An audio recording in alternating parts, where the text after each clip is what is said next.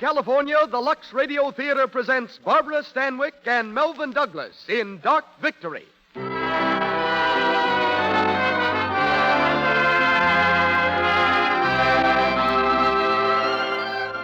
Lux presents Hollywood.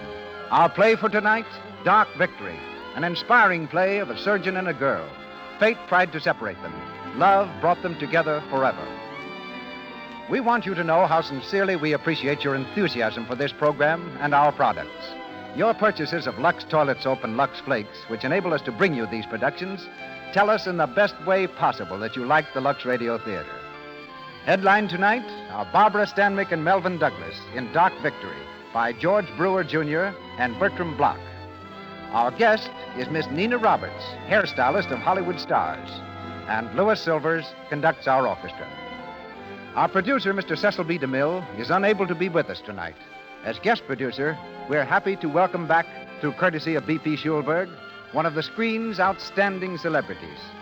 You've heard him before on this program in both this capacity and as a dramatic star. A great actor, a genial host, a splendid gentleman. We're proud to present Mr. Edward Arnold.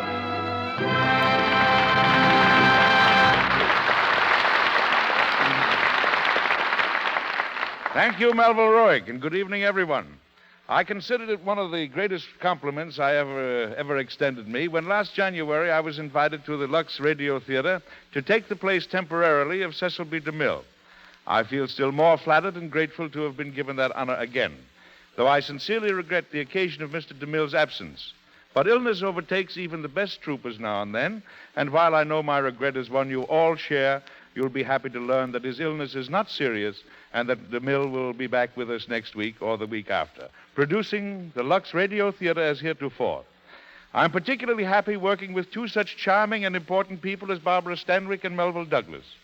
Miss Stanwyck may not know it, but she's assumed a major importance in the Arnold household, being the idol of my 13-year-old daughter, Jane.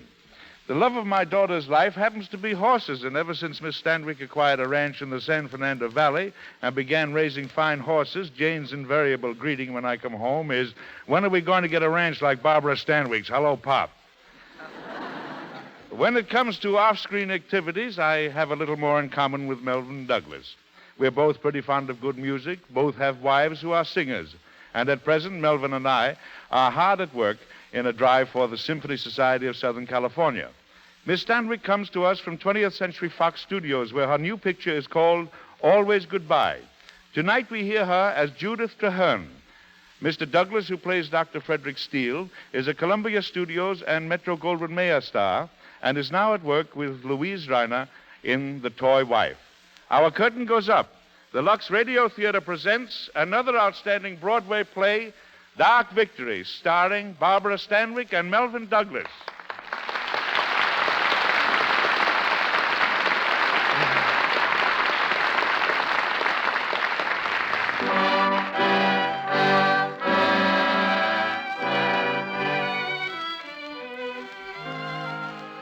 A country cottage on the north shore of Long Island.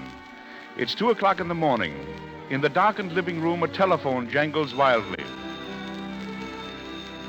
From the hall comes Dr. Frederick Steele, a robe thrown hastily over his pajamas. He switches on a lamp over the desk and lifts the receiver. Hello? Yes. This is Dr. Steele speaking. Who? But I'm a brain man. Well, I haven't been taking any calls down here. I'm on a vacation. Have you tried Dr. Parsons? Oh, I see. I thought he'd be back by now. Of course, I'll come if you think it's important. What's the name, please? What's the matter with her? She had it long? All right, I'll be there as soon as I can.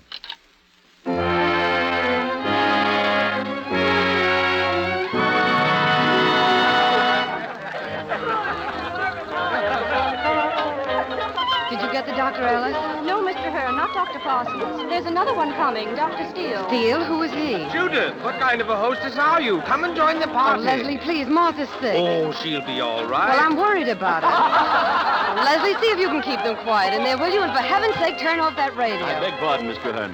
Dr. Steele is here. Thank you, Harvey. See what you can do, Leslie. Dr. Steele? Good evening. I'm glad you could come, Doctor. Thanks. I've been wondering if I came to the right place. Oh, you mustn't let the noise confuse you. I'll try not to. Where's the patient, please? It's Mrs. Blaine. My maid will show you to her room. This way, Doctor. Thank you. I'll be up in a few minutes. It just came on me all of a sudden, Doctor. I had a pain here. Then I got dizzy just like that. And then I don't know what happened. I feel a little better now, though. But I'd feel terrible if I thought I couldn't ride tomorrow. We're having a hunt, you know. Really? Riding to hounds. Oh, you think I'll be all right, don't you? Yes, I think you'll be all right. Excuse me. But aren't you going to prescribe something? I'll take care of it. Good night. Well, Doctor? Did I leave my hat in here? Are you going already? How is she? Oh, she'll be all right with proper nourishment and care, and if my advice is followed, to the T. I dare say she'll be able to ride to the hounds tomorrow. I see. And what is your advice, Doctor? Don't give her any more to drink. Thank you. I'm sorry to have bothered you, Doctor, but I didn't know. It's all right.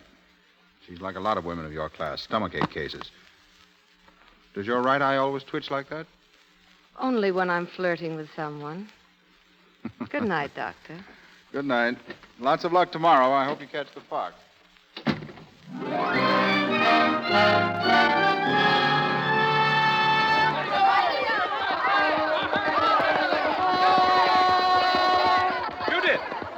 Judith, we're way off. What's the difference? Well, they've all gone down the road. We'll cut across the field and meet them. I'll race you to the fence, Leslie. It's a go. Come on, Stardust, come on. The rails are up. We can pass right through. First one through the gate. Keep to the left or you'll miss it. Oh, stick to your riding, Leslie. Over this way. Bear to the left. I know where I'm going. You're too far over. You'll miss the gate. Come on, Stardust, come on. Judith! Judith, for God's sake, you're going right for the fence. Come on, come on. Judith, look out for the fence. Look out, Judith! Judith! Judith, are you all right? Judith. I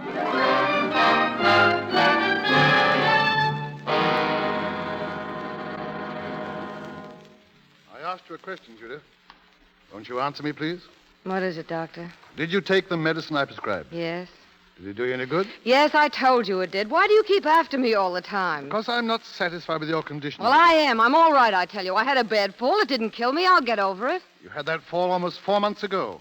You should be over it now. Well, I might be if you'd stop feeding me pills for a few days. Now, Judith, look at me. I saw you into this world, my dear. I only want to keep you in it, in health. I'm sorry, Dr. Parsons. Now what about those headaches? Do you still have them? At times. When did you have the last one? I don't know. Yesterday, I think. They're nothing. I've had them before. Before? Before you had the fall? Yes. Judith, I want you to do a favor for me, will you? Well, what is it? Now, please don't refuse me. I want you to go into New York with me. I want you to see a man there, a doctor I have great faith in. Oh, Dr. Parsons. Now, please, Judith. I just want to satisfy myself that everything is all right. Now, will you do it? For me? Very well, Doctor. Good. I'll go and call him now. I won't be long.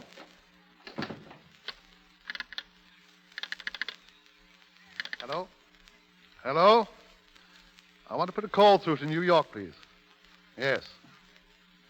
To Dr. Frederick Steele.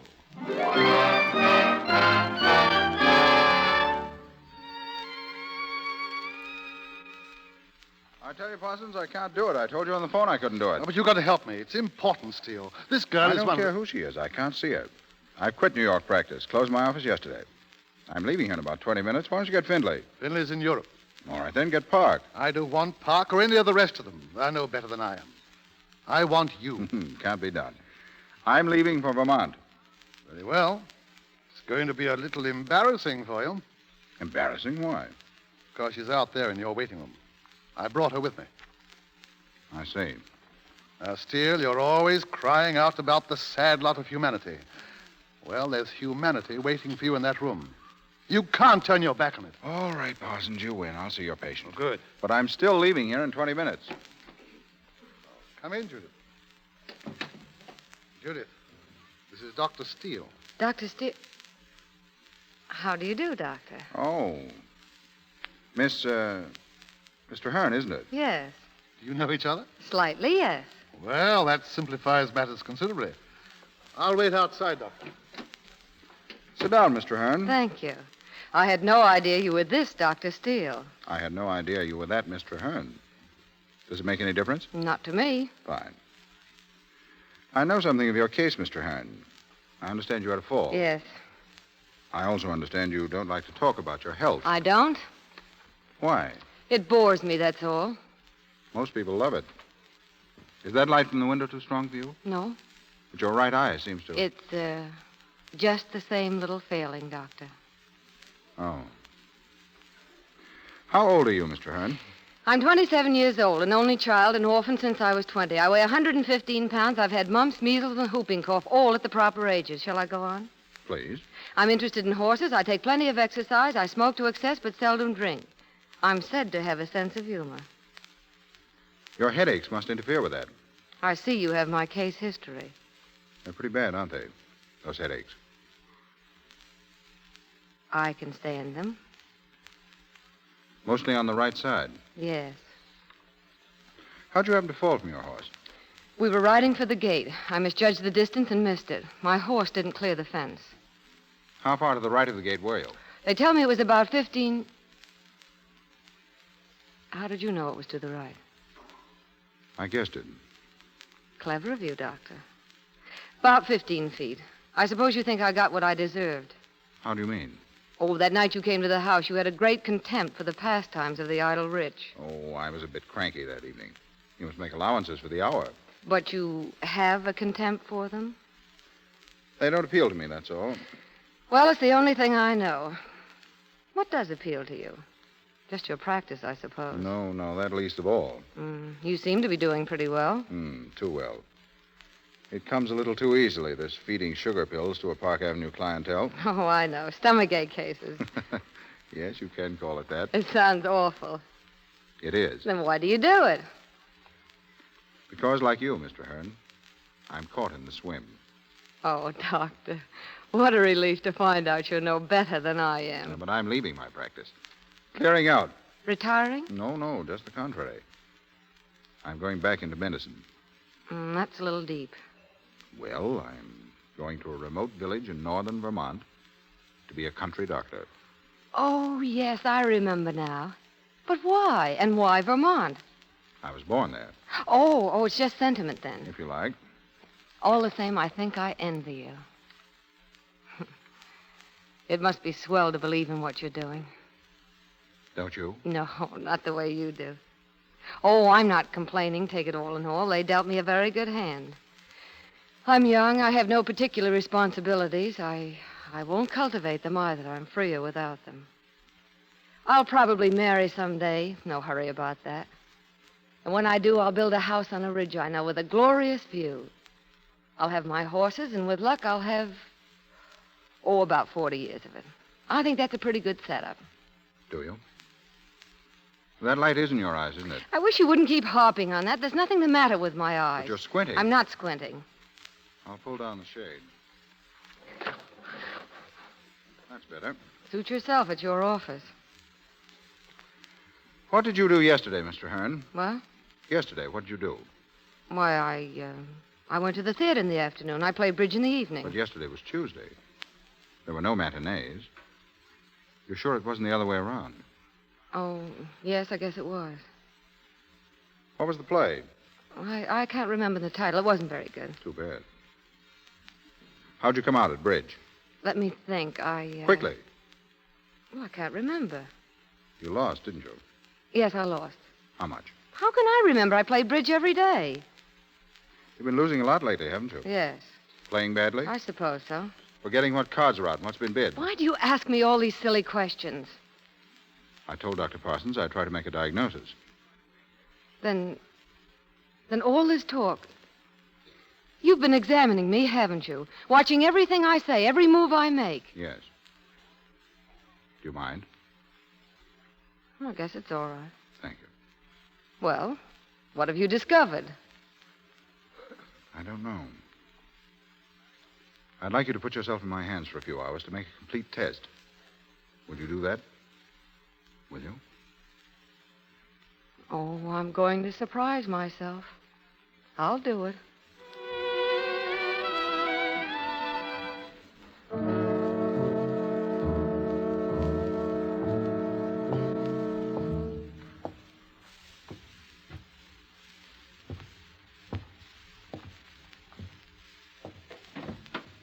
Steele, I thought you'd never finish. It took a little time, Doctor.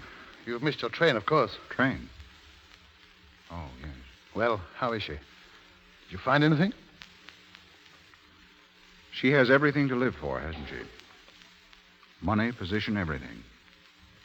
What's the matter? Well, don't stand there looking at me like that.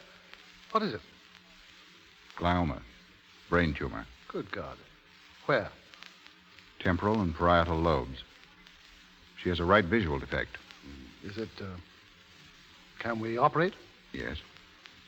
Will you do it? Yes. Probably won't help much. She'll be an invalid? No, there'll be a recurrence in about 10 months. A short period of blindness. That'll be the signal. The signal? For the end. Oh. She'll die within 10 months.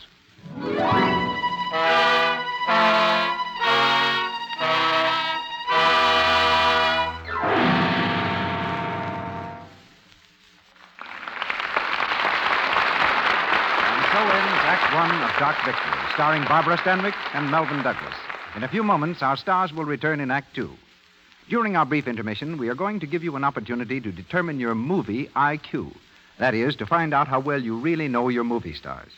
A young lady is going to read some sentences which don't seem to have much significance, but hidden in each is the name of a famous screen star. Just the last name. See if you can spot it. Listen carefully, and remember, it's only the last name you're to watch for. Let's go. First sentence. She's a blonde. L is not her first initial. I'll repeat that. She's a blonde. L is not her first initial. Did you get it? That's Joan Blondell. She's a blonde. L is not her first initial. Oh, Mary, maybe you'd better read that just a little bit more slowly. I can see some people in the audience straining to think. Surely, Mr. Ruick. Sentence 2. A ton of coal barely lasts us through the winter. Now, I'll say that again. A ton of coal barely lasts us through the winter. That was easy. Claudette Colbert. A ton of coal barely lasts us through the winter. Sentence 3. On payday, vistas of joy confront us. Here it is again. On payday, vistas of joy confront us. Now, that's not quite so easy. Davis. Bette Davis. On payday, vistas of joy confront us. We named 3 of the loveliest, most charming women in Hollywood. Joan Blondell, Claudette Colbert, and Bette Davis. They each represent a different type of beauty. But about complexion care, they all agree and use Lux toilet soap regularly. And they give you another tip. We use Lux toilet soap as a bath soap, too, they say. They find this soap with active lather a sure way to protect the daintiness that is so essential to feminine charm. Its active lather removes perspiration, every trace of dust and dirt, leaves the skin really fresh, perfumed with a delicate fragrance you'll love. And now, Edward Arnold. We continue with Dark Victory, starring Barbara Stanwyck and Melvin Douglas.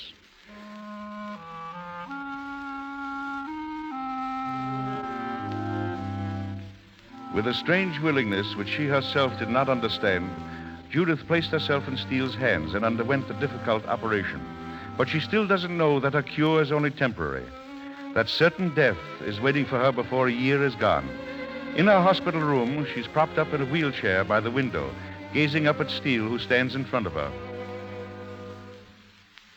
And I'm going home in a week, you promise? I promise. Oh, I'm glad. It'll be grand to be home again.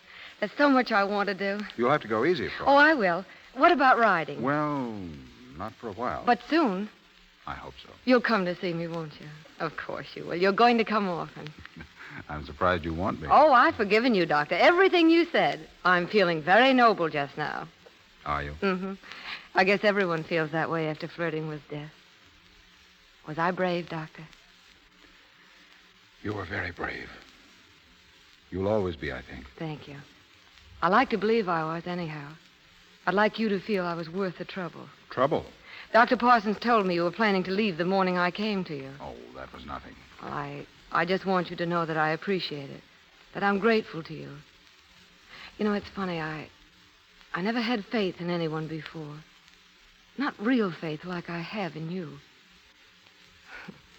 What have you done to me, Doctor, besides effecting a cure? What are you thinking about? I'm thinking you'd better go back to bed. You've got a lot of resting to do before you leave here. I'll drop in again in the morning. Goodbye. Goodbye, Doctor.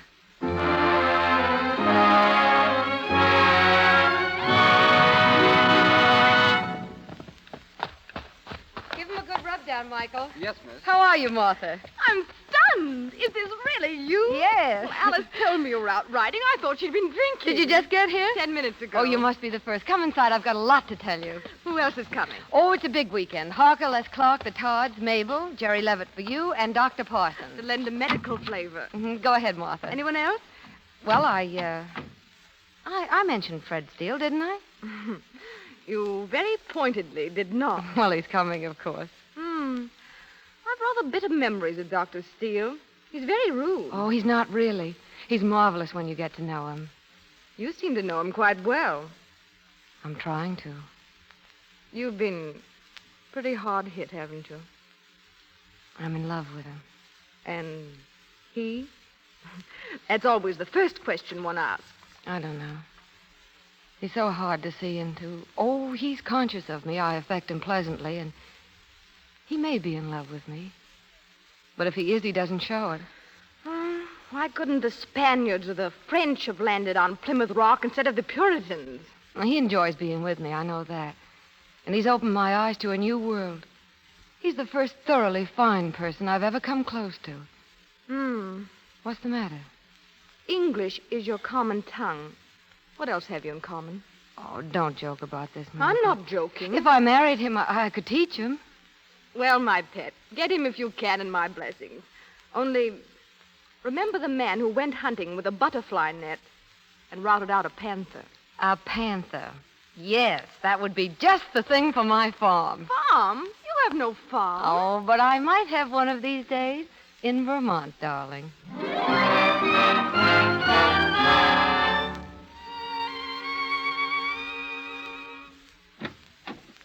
Fred, come in. Oh, I didn't expect you until dinner time. I thought I'd come early if you didn't mind. Oh, I'm glad you did. We can have a talk before the crowd gets here. Sit down. I'd like that. I may not see you again for quite a while. Why, Fred? Oh, you mean you're going to Vermont? I'm leaving tomorrow. So soon? It has to be sometime. Of course. How have you been, Judith? What? Oh, fine. Let's have a look at you. No headache? None. Been sleeping well? Beautifully. Appetite good? Marvelous. You see? I know all the answers. Good. Now stand with both feet together. Close your eyes. How's the balance? Perfect. I find nothing wrong. There isn't. I rode today. Oh. How'd it go? How did it go? I wish I had a gift for words, Fred. For the first few minutes, I was tense. I couldn't forget that day when I crashed into the fence. I saw the whole thing happen again. And then my horse responded. I put him to a hedge. We cleared it beautifully. The fields lay clear and green before us. I was free. And what was better, I was myself again. Oh, Fred, how can I ever thank you? Oh, don't let's talk of thanks. I owe you so much. I've been repaid 1,000 times for anything I've done. And I never want you to feel under any debt to me. I think that's the nicest thing anyone has ever said to me. Are you so generous to all your patients, Dr. Steele? Judith, you know what I mean. Oh, perhaps I do, and perhaps I don't. How much of what you say do you ever mean? I mean that I care so much that I'll be ready to come to you halfway across the earth whenever you call me. Is that better? You sound so serious. Well, it was a serious speech. It had such finality to it. Fred, what's disturbing you? Nothing. Yes, there is. Why do you choose just those words whenever you call me? I was trying to fit the role you picked for me. Oh, you're not telling me the truth, but that's your privilege. Oh, I'll get it from you sometime. Perhaps later in the summer if I should see you. What? Well, you see, a real estate friend of mine told me last night that I ought to have a place in the mountains. And where do you think he suggested I buy a place? Vermont. No, really? Uh-huh. Maybe I'll buy it. And then I can come up once in a while and stand godmother to the babies you bring. Well, I'll have to arrange for them to be born between your horse shows. You think it's all nonsense, don't you? My interest in showing horses. But I love it, and I do it well. That's something, isn't it? Oh, I know. But what of the more serious side of life, my child? Oh, don't worry. That's coming, too, when I'm married. Married? Mm-hmm. Are you thinking seriously of getting married? Why not? Is it unnatural? Look at me. Is it so hard to think of me in love? What's the matter? Nothing. Fred, what's happened? Nothing has happened. What are you hiding from me? Judith, why should I hide anything from you? Oh, don't evade. You're trying to protect me from what? I tell you, there's nothing. That strange, solemn note that comes into your voice whenever we talk about me and my future. I've noticed it before. You're imagining things. Oh, don't lie, not to me. What's frightening you so? Judith, you're frightening yourself. Oh, I see. I see. This terrible thing in my brain is coming back. It is, isn't it? And this time it's going to... I'll die, won't I? Judith. I'm going to die. That's it, isn't it, Fred? Oh, God, Judith. Please. I'm all right. Just give me a minute. Light a cigarette for me, will you? Thanks. I'll have those headaches again and that awful confusion. No, you're not going to suffer again. That's all behind you now. How will it come? Quietly. Peacefully. God's last small mercy. I'll have no warning. No chance to be ready. There may be a moment. Near the end. When you won't be able to see quite as usual. You mean I'll go blind first? Just for a moment. Then you'll be perfectly all right again for a few hours. Fred, how long have I? A year? 8 months? 6? Possibly more. Judith. I'd rather you didn't touch me just now. Do you mind? I think I'd like to be alone, Fred. Why? I won't do anything reckless. I'd rather I want to be alone, Fred. Mr. Hearn, about... Mr. Hearn can't see you now, Harvey. Well, it's about dinner, sir. There'll be no dinner tonight. Tell the guests that when they No, come. no, don't tell them anything, Harvey. I'll see you in a few minutes. Yes, Judith, you can't do this. You're in no condition to... Oh, please, Fred, it can't make any difference one way or the other, and I want to do it this way.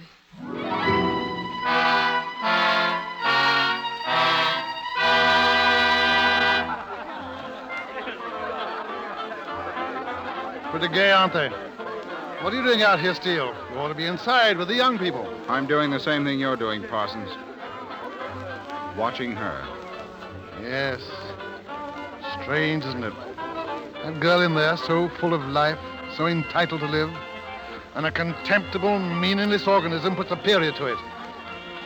It's rather a bitter commentary on advanced medicine. She'd be the first to tell you that. She's found out. What? She knows she's going to die. Good God. How did she find out? I told her this afternoon. You told her? Oh, how could you? We won't go into that. She caught me off guard. She was thanking me for saving her, talking so hopefully of her future. How did she take it? You know how she'd take it. Magnificently. But she's a lonely girl. She'll be lonelier now. She has courage. Thank God for that. She has friends, many of them. Friends? Those chattering fools in there, do you think they can help her? One word from me and they'd run from the house like rats. Steele, you wouldn't. No, I won't tell them. Where are you going? To be entertained, Dr. Parsons. Oh, come in, Dr. Steele. You're just in time to hear the punchline. Mother, stop it. You'll be sent home. Without her supper? Without her supper. Because of one little story. Oh, one of your little stories, yes. Oh, you know, Judith, my suspicions of you are right. You're not sophisticated at all. Actually, you're a woman who's destined to be a mother and to have loads of children. There is Oscar and Judith and Peter and little Frederick. Why don't you shut up? What? Fred. It's all right, Martha. It isn't all right. Judith isn't well. I am. I'm all right, I tell you. Will everyone please get out? No one is getting out. Judith, I want to speak to you. Will you come outside, please? I'll be right back, everyone.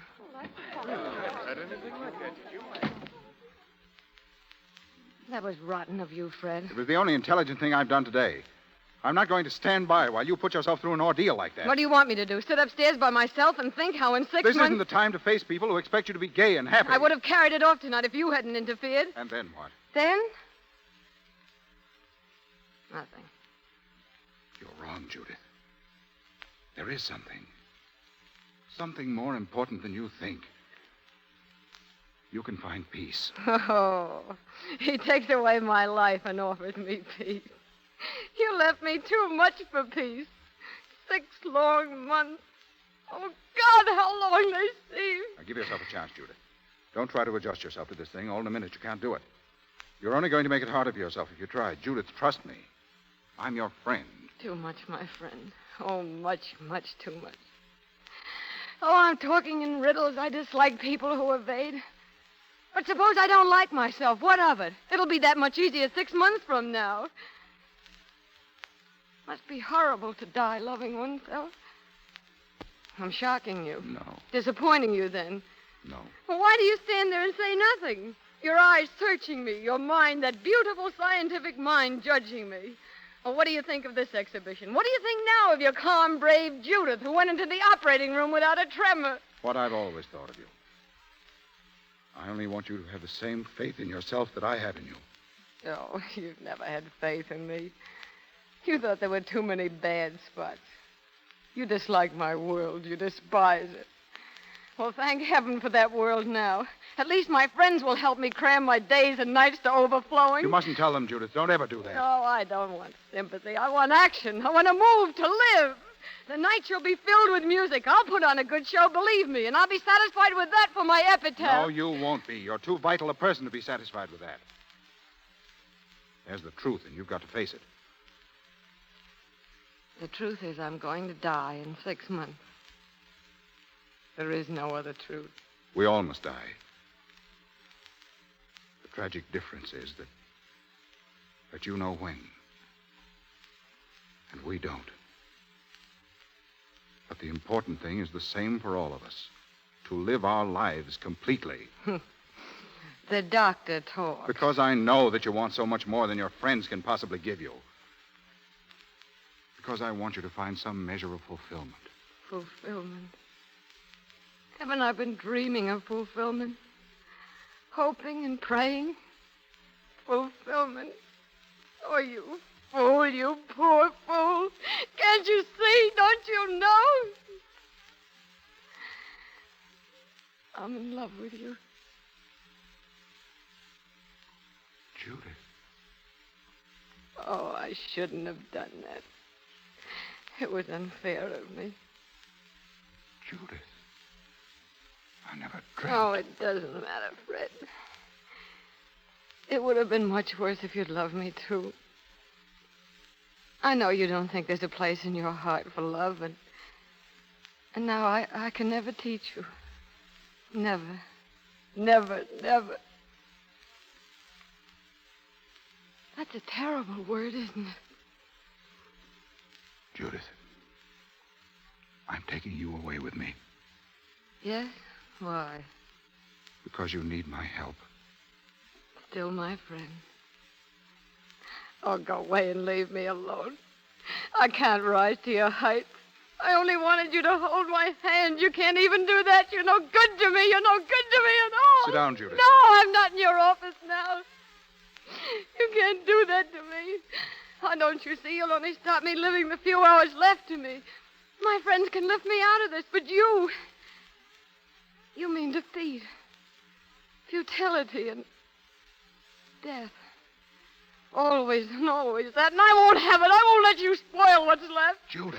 I want you to go away. I want you to go and stay away.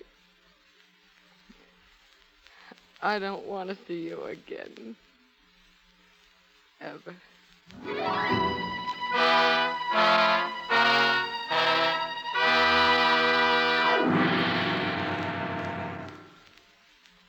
We pause for station identification. This is the Columbia Broadcasting System.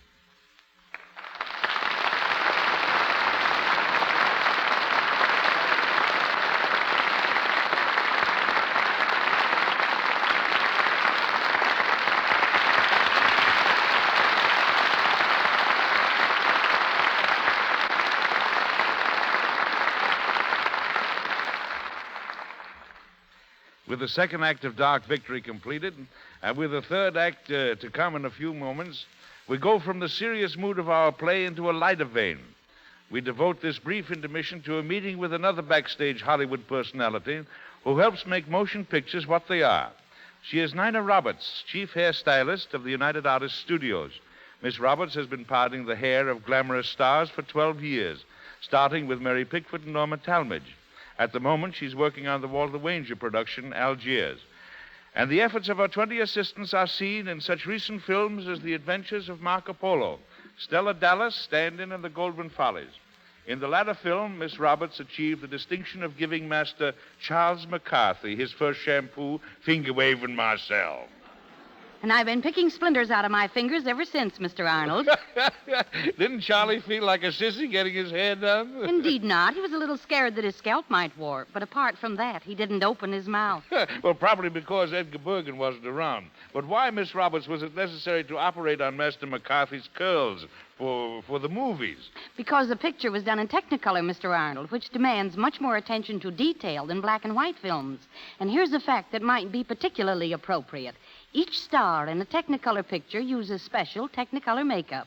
Before this makeup is put on and when it is taken off, you will find that the stars make generous use of Lux toilet soap. They prefer it because its active lather makes it such a fine complexion soap. A soap that removes stale cosmetics thoroughly. Well, we're glad to hear you say that, Miss Roberts. A fact like that should be interesting to the women in our audience who also use Lux soap. Now about hair. From my casual observations, the present mode seems to have come directly from the history books. The modern girl apparently wants to look more like a page boy. Right you are, but the page boy bob is now at its peak, which means another style will soon replace it, the pompadour. You'll first see it in modified form, with the hair swept up the back of the head and curls on top in the form of paillettes or ringlets. Hair will be worn sleek and tight to the head, so it will really look bobbed, and women will once again reveal the fact that they have ears. Well, there are many types of girls and faces in our audience, Miss Roberts. Would you make an attempt to distribute a little specific advice? You name them, and I'll try. Well, let's begin with the general classification of brunettes. Good. Dark hair usually looks best when it's sleek and well-groomed, because dark hair around the face usually shows a definite hairline. Blonde hair doesn't show a definite hairline, and therefore usually looks better curled. Very good. Now, what about the girl with a round face? She should wear her hair drawn smoothly from the forehead and a soft knot in the back. In the evening, a high dress will subdue the roundness of the face. Now, the girl whose nose is a trifle larger than she'd like it to be.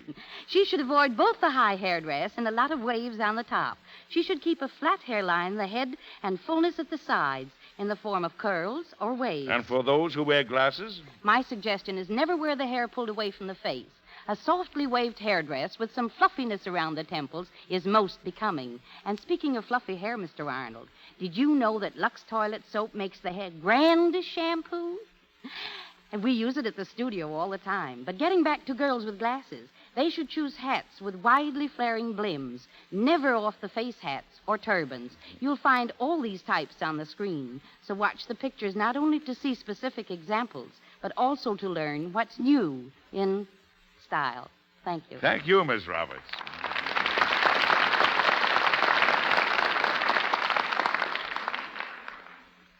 Barbara Stanwyck and Melvin Douglas in Dark Victory.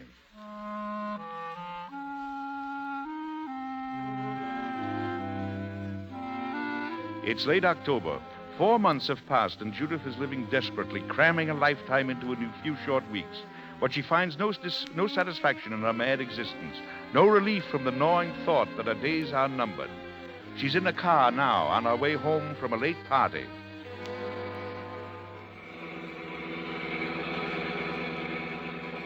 Faster, Leslie. Oh, you can go faster than this, can't you? Maybe I can, but I'm not going to try. Well, what are you doing? We're stopping. You might not care about your neck, but I'm very sentimental about mine. Now, don't you think we ought to turn for home, Judith? It's almost dawn. Well? You ought to get some sleep. Sleep? Oh. What's the matter with you? What are you doing to yourself? You can't go on this way much longer. No, I can't. Well, then why don't you stop? Everybody's talking about you. Not you, Les. Oh, not me, no. But I don't like to see you throwing yourself around. Not unless you throw yourself at me. Would you like that, Les? Judith, what is this? You can kiss me if you want. Judith, I never knew you could be like this. What's got into you? Oh, it's no good, Les. Judith. Let me go. Let me go, please. Oh, you were right. I can't go on this way. I can't die like this. Die? What are you talking about? I'm going to die in 2 months, Leslie. What? It's as certain as the night is passing now. You're practically holding a dead woman in your arms. Does that frighten you? It is rather repulsive, isn't Judith, it? That's why I've been living as I have, so cheaply, so stupidly. But it's over now. I'm leaving tomorrow. Where, Judith? Oh, away from all this, as far as I can get.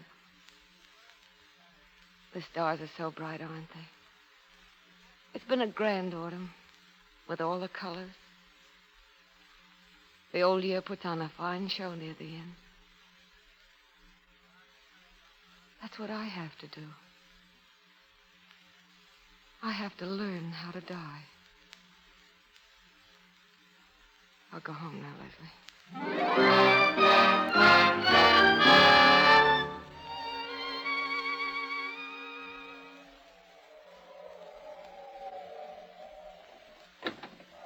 Good evening, Jenny. You're late tonight, Dr. Steele. Yes, I had to stay at the Fraser's house longer than I expected. It's after 9 o'clock. I know. I saw the train pull out as I came by the station. You're tired, aren't you?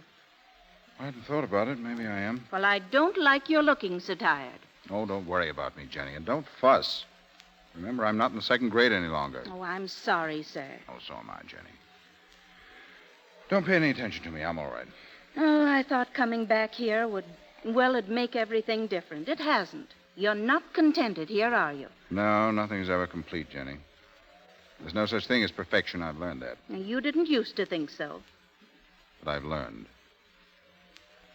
You see, I came very close to it once, Jenny. Almost to the thing itself. I held it in my hand. But there was a little flaw, and because I couldn't compromise, I lost it. I don't know what you mean. Oh, it doesn't matter. Good night, Jenny. Good night.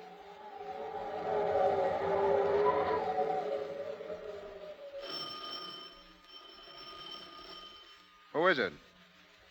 Who's there? Judith. Judith, darling. Oh, darling, it's cold. Come in. I came to you, Fred. I came to you after all. Oh, Judith, darling. Here, sit down.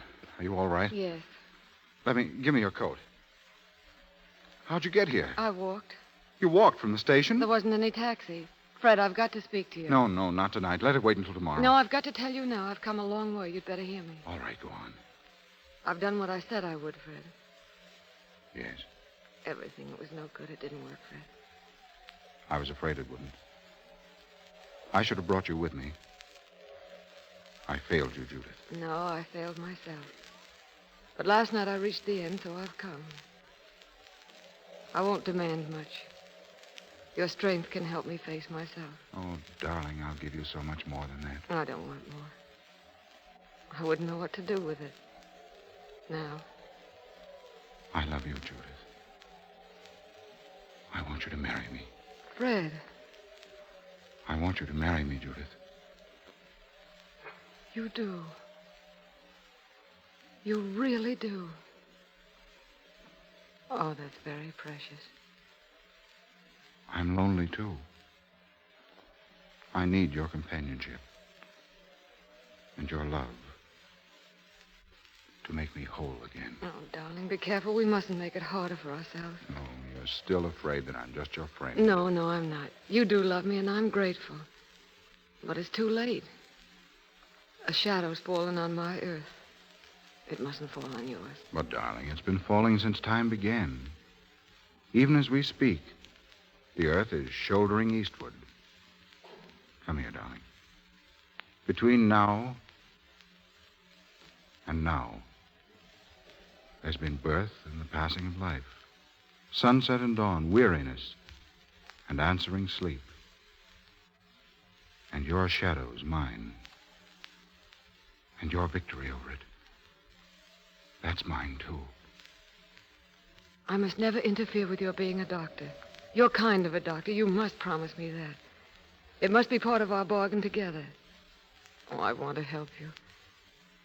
I must give you something of me that will live on in your work after I've gone.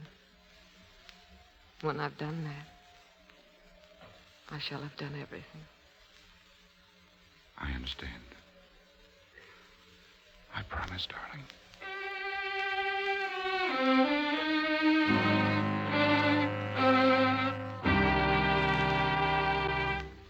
Jenny, we have a deficit for the month of $43.17. That's splendid, Mrs. Steele. As I recall, it was over 100 last month. At this rate, we'll soon be living within our income. No, don't tell the doctor. He won't even mail out his bills. Oh, Jenny, who did collect the bills before I came? The patients collected.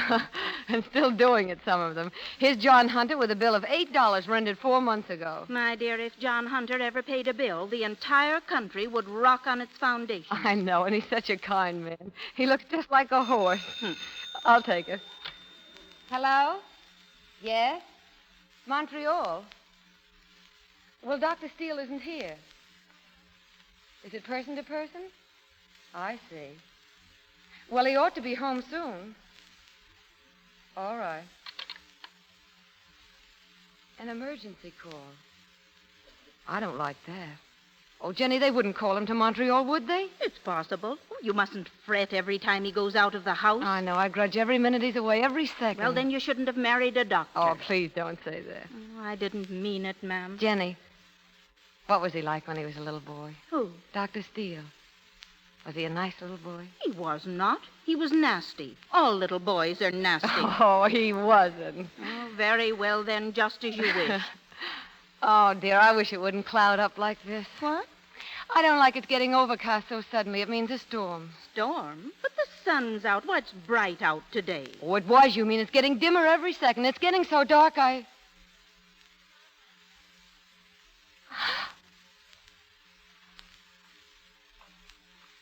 Jenny. What is it? What is it, Mrs. Steele? Nothing. I'm just dizzy. Well, sit down here. Yeah, sit down here. There. Is it all right? Yes. Yes, it's all right now, Jenny. Oh, you frightened me, ma'am. Oh, it was nothing. And Jenny. Yes? You mustn't tell the doctor. You mustn't. Do you hear? Oh, but do you Mrs. hear, Steele... Jenny? Oh, yes, ma'am. Yes, ma'am.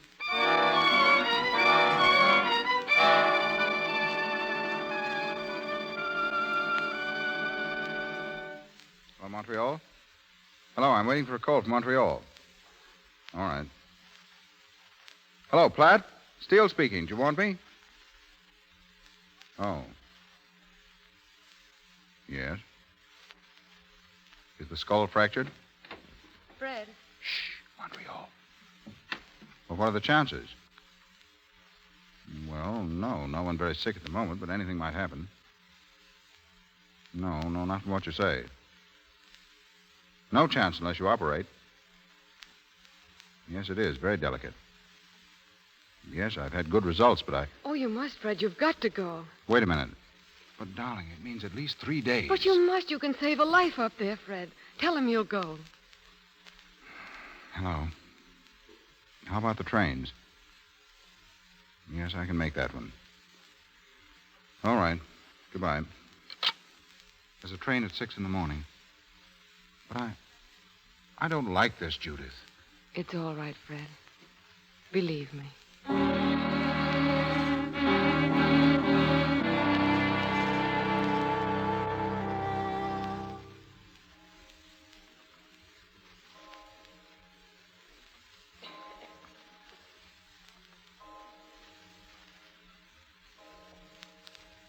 Almost time, darling.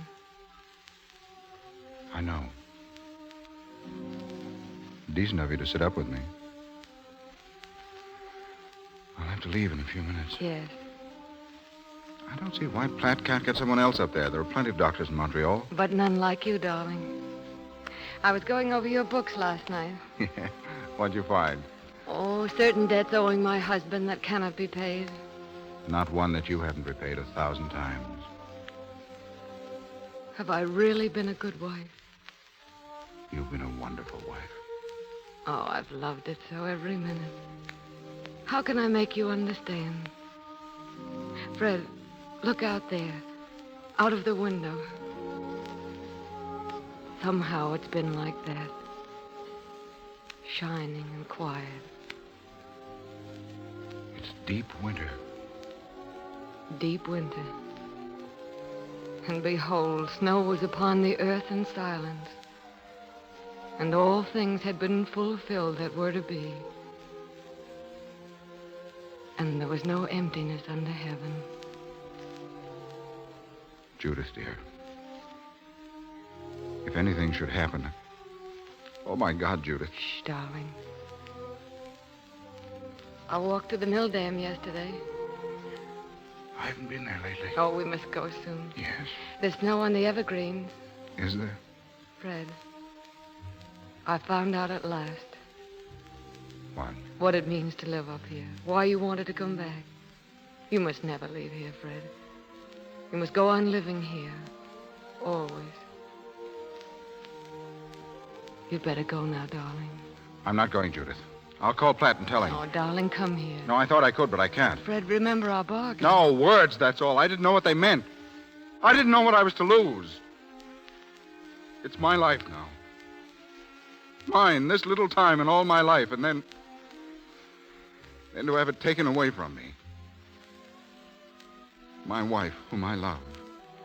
I can't stand it. There's a limit to what a man can bear. Fred, we have just 1 minute together. Look at me. I was never to fail you or keep you from your best. We've had our love, and we're complete. Nothing can hurt us now, for what we've had can never be destroyed. That's our victory. Our victory over the dark. And it is a victory because we're not afraid. Thank you, darling. And you'll never, never look back? Never. Hold me close, darling. Oh, God, I'll hold you this way forever. Forever is now. Isn't it? Yes. Goodbye, darling. Goodbye. Good luck. My Good luck. darling.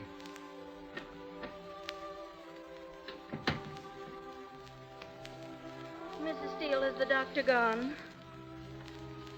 Yes. He left this piece of paper with me. It has the address where he's going to be. He said in case you needed him. Give it to me, Jenny. Yes, ma'am. But, Mrs. Steele, you're tearing it. I'm not going to need him, Jenny. Because someone else needs him more. Who? Who needs him more? Someone who's going to live.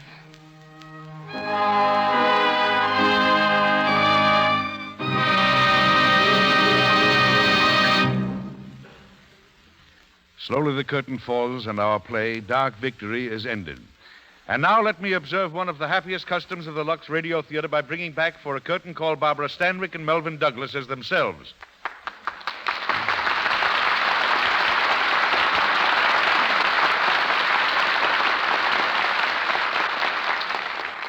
There are two things in particular, Eddie, for which I want to thank the Lux Soap people. Dark Victory is certainly one of them. It's such a grand play to me because it presents a down-to-earth problem that might confront any of us. But more than that, it proves that a kind of happiness can be found apart from the usual boy-gets-girl variety. It also shows that when you're faced with a situation which you're helpless to change, that you can be happy through honest acceptance of facts and by making the best of circumstances. That's an admirable philosophy, Barbara. I'd like to add just a little to what you've said. A word about doctors. Oh, you should be able to do that, Melvin. You came pretty near to becoming one yourself. Well, the nearest I came, Eddie, was to serve for a while in the Army Medical Corps. There are times, as Dark Victory's pointed out, when surgeons and doctors are quite helpless to aid materially certain conditions. But they're constantly seeking, and little by little, they're constantly finding. For all we know, in some obscure laboratory, a doctor at this very moment may be making a tremendous discovery. Believe me, it's rather heartening to realize that in these troubled times, there are men who forget color and race and creed in a battle for all humanity. But, Barbara, you said there were two things for which you were grateful. Yes. I want to go on record once again for the product behind this program. I'm sure if all our listeners could come to Hollywood and see how popular Lux Soap is in all the big studios, they'd realize how much we depend upon it as it keeps our complexions exactly right for the camera. I always use Lux Soap at home, too, for the very excellent reason that, to me, it's the finest complexion care in the world. Coming from you, Barbara, we're especially glad to hear that. And now, Eddie, what about giving us another one of your recipes? I understand that poem of yours on how to make sauerbraten was quite a sensation. Yeah. Oh, I can do other things besides cook. Really? Oh, yes. I've been doing a bit of vocalizing, singing. Well, I know you're just begging to be asked, so go ahead. Well, what are you going to sing? Won't exactly be singing. It's a sort of a recitative, Mm-hmm. Yeah. Well, it was written by Franklin P. Adams and set to music by my friend Richard Hageman. He's the noted musician, composer of Kapensaki, and former conductor of the Metropolitan. It's called Rich Man, and Mr. Hageman was brave enough to come here tonight to play it for me. Are you ready, maestro? The rich man has his motor car, his country and his town estate. He smokes 50-cent cigars and jeers at fate. He frivels through the livelong day. He knows not poverty, a pinch. His lot seems light. His heart seems gay. He has a cinch. Yet though my lamp burns low and dim, though I must slave for livelihood, think you that I would change with him? Ha! You bet I would.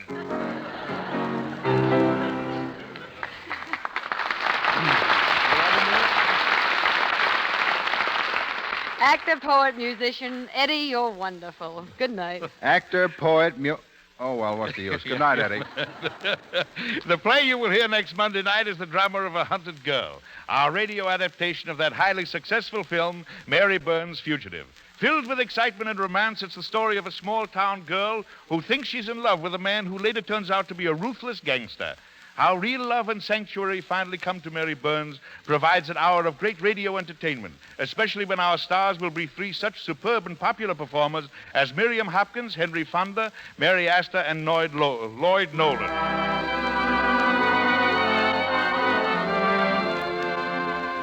Our sponsors, the makers of Lux Toilet Soap, join me in inviting you to be with us again next Monday night when the Lux Radio Theatre presents Miriam Hopkins, Henry Fonda, Mary Astor, and Lloyd Nolan in Mary Burns' Fugitive. This is Edward Arnold wishing you all good night. Melvin Douglas is currently seen in the MGM picture Arsene Lupin Returns. And in the Columbia film, There's Always a Woman. Mr. Arnold begins work shortly on the Columbia film You Can't Take It With You. The screenplay, Dark Victory, is owned by Selznick International Studios, producers of the recent Technicolor picture, The Adventures of Tom Sawyer. Louis Silvers is from 20th Century Fox Studios, where he directed music for Shirley Temple's new picture, Rebecca of Sunnybrook Farm. Your announcer has been Melvin Douglas. This is the Columbia Broadcasting System.